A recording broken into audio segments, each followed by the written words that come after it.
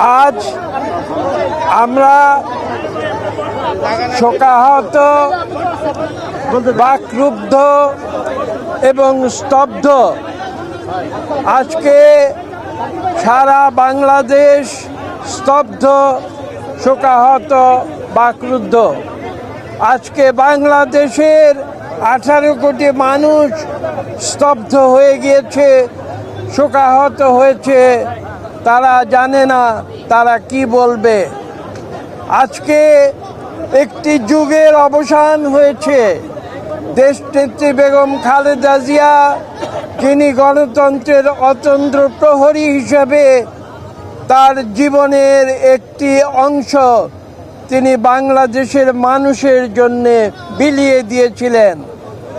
আপনারা জানেন 1982 সালে শহীদ প্রেসিডেন্ট জিয়া রহমানের তিরোধানের পরে রাজপথে নেমে এসেছিলেন দেশনেত্রী বেগম খালেদা জিয়া গণতন্ত্রের সৈনিক হিসেবে। তিনি রাজপথে ছিলেন, তিনি সম্মুখের দরজা দিয়ে রাজনীতিতে প্রবেশ করেছিলেন। তিনি অন্যায়ের সঙ্গে কোনোদিন আপোষ করেননি, তাই নীতির প্রশ্নে তিনি ছিলেন আপোষহীন। তার উপরে জুলুম হয়েছে, নির্যাতন হয়েছে, কিন্তু কোনোদিন তিনি অন্যায়ের কাছে মাথা নত করেননি, কোনোদিন আপোষ করেননি। তিনি যুদ্ধ করেছেন, তিনি রাজপথে যুদ্ধ করেছেন।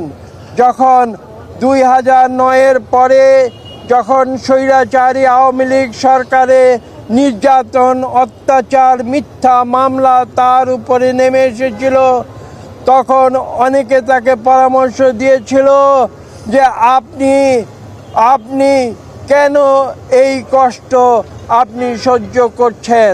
তিনি বলেছিলেন যে আমি ন্যায়ের জন্য, আমি সত্যের জন্য আমি যুদ্ধ করছি, আমি সংগ্রাম করছি বাংলাদেশের মানুষের জন্য, আমি সংগ্রাম করছি বাংলাদেশে গণতন্ত্র পুনঃপ্রতিষ্ঠার জন্য। তিনি যেভাবে বাংলাদেশে একবার